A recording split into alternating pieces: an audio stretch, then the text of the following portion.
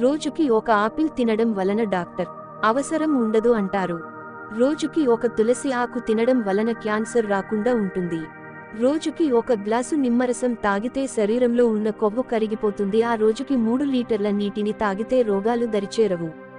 త్రాగినీటిలో కాస్త సోంపు కలుపుకుని తాగితే శరీర బరువు తగ్గే అవకాశం ఉంది.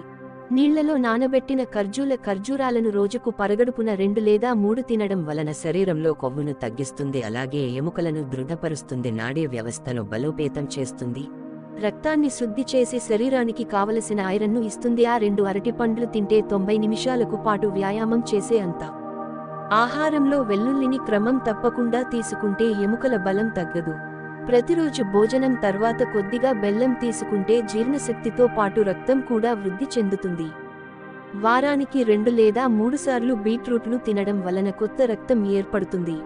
రోజు 2 అంజీర పండును భోజనానికి ముందు తీసుకుంటే రక్తంలో హిమోగ్లోబిన్ స్థాయిలు పెరుగుతాయి. అల్లం రసంతో కాస్త తేనె కలుపుకొని తింటే రక్తము శుభ్రపరచును. ఉప్పు ఎక్కువగా తీసుకోవడం వలన గుండె జబ్బులు, పక్షవాతం, కిడ్నీలు రాళ్లు, ఎముకల తత్వం కోల్పోవడం, ఊబకాయం వంటి సమస్యలు వేధిస్తాయి. ఉసిరి లేదా త్రిఫలాతో కూడిన నీటిని భోజనం చేసే సమయంలో మౌనంగా ఉండాలి. తీసుకునే ఆహారంలో పండ్లు, కూరగాయలు, మొలకెత్తిన గింజలు వంటివి ఉండేలా చూసుకోవాలి. ఆ రోజుకు 2 పూటలా ఉదయం మరియు రాత్రి పళ్ళు తోముకోవాలి.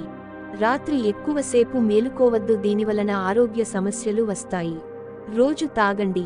వారానికి 1 రోజు ఉపవాసం చేయండి. ఉపవాసం చేసే సమయంలో నీరు లేదా పండ్లను మాత్రమే సేవించండి.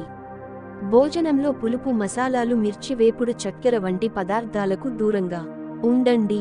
భోజనం చేసే సమయంలో మౌనంగా ఉండాలి. 2 పూటలా పచ్చి ఉల్లిగడ్డతో మజ్జిగ అన్నంలో తినేవారు ఆరోగ్యవంతులుగా ఉంటారు. ఉదయం నిద్ర లేవగానే పరగడుపున 2 లేదా 3 గ్లాసులు గోరువెచ్చని నీటిని సేవించడం. సూర్యోదయానికి ముందే నిద్ర లేవాలి. రోజుకు కనీసం 15 నిమిషాలు యోగాసనాలు లేదా వ్యాయామం చేయాలి.